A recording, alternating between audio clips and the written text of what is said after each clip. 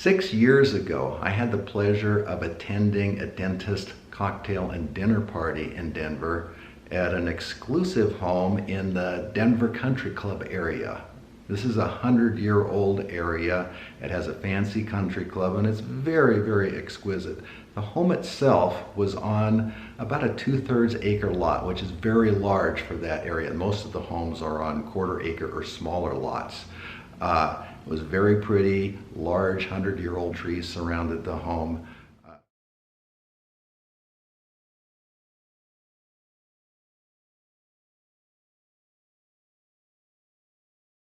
Entering the home, there were vaulted ceilings, wood staircase, there was a private library which was very large on the first floor. Also there was a huge kitchen. The kitchen had dual Dutch ovens. What they needed those for? Obviously he had big parties with probably 100 or more people. Outside there was a fire pit which was bricked in with golden globed lights above it, which was absolutely fantastic. It was an exquisite place, to say the least. So I felt very, very fortunate to go to it and actually had a great time. Dinner itself was filet mignon. We had Anderson Valley, Rieslings and cabs. After dinner, we had Johnny Walker Black and some sort of brandies. He had 3 or 4 of them out that I had never even seen before. Well, afterwards, Dr. Geil motioned me aside and said, "Can you wait afterwards for a few minutes? I'd like to discuss a couple financial things with you." I said, "Sure, no problem." As can be ascertained for the lifestyle that Dr. Geil has, he leads a supposedly charmed existence. He's also one of the funniest and nicest people I've ever encountered. He spends 2 weeks every year working in third world countries providing dentistry. So he's a giver. Dr. Geil was age 52. He had a large cosmetic practice in this country club area, which is actually near Cherry Creek, which is a big shopping area for Denverites. He produced $3 million a year and took home $1 million. In other words, he was doing extremely well. What kind of lifestyle do the Geils enjoy? As far as cars, Dr. Geil and Mrs. Geil both drive Lexuses and they're on leases, which they rotate every 3 years. They've got 2 daughters. One's a freshman in college, one's a senior in college.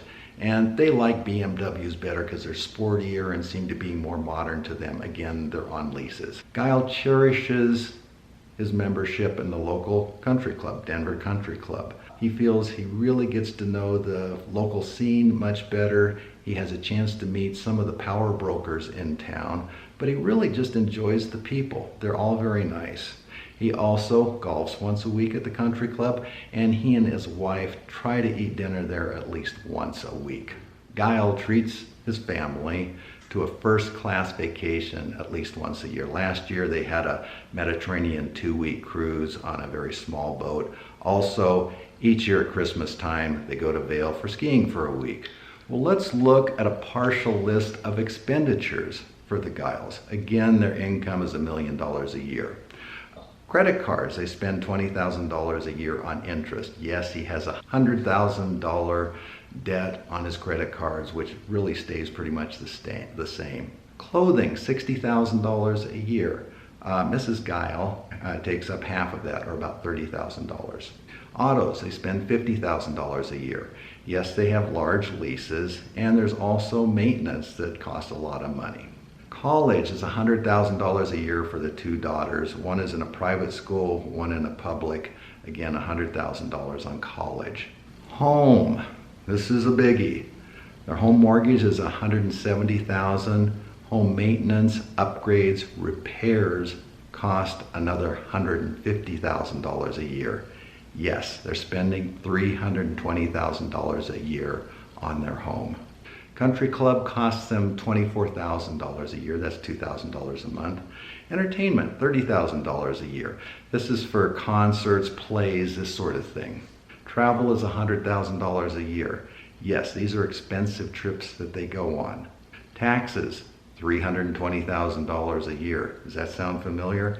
That's what they spend for their house. Annually, they spend $140,000 more than Geil's income of $1 million. What's their overall net worth? Minus $1 million.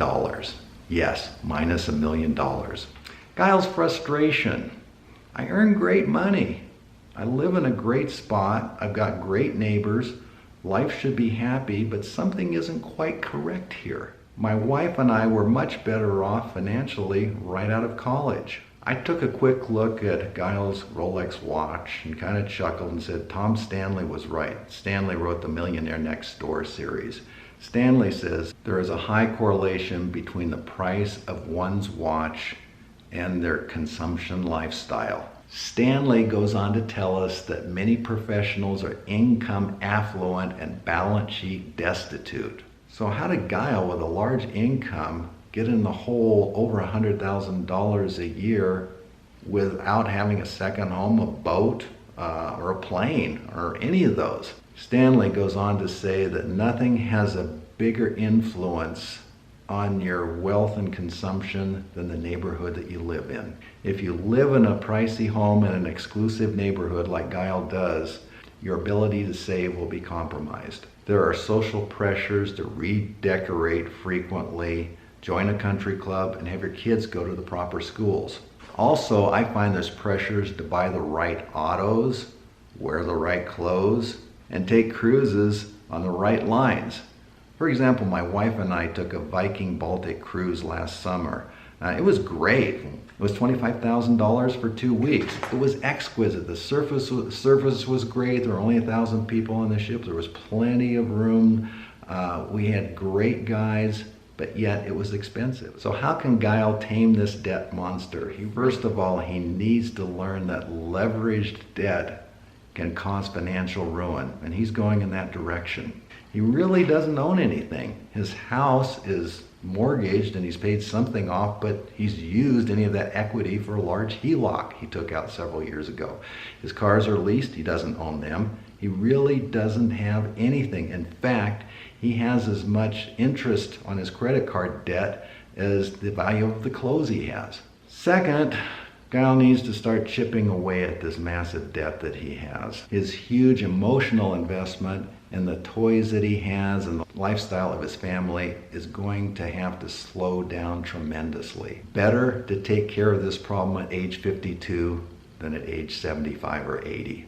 Battle plan for Geil. First, cut the clothing allowance for Geil and his family in half. Yeah, his wife is going to have to take a big hit. No more new cars for 6 years. In other words, once the leases are over, keep the cars.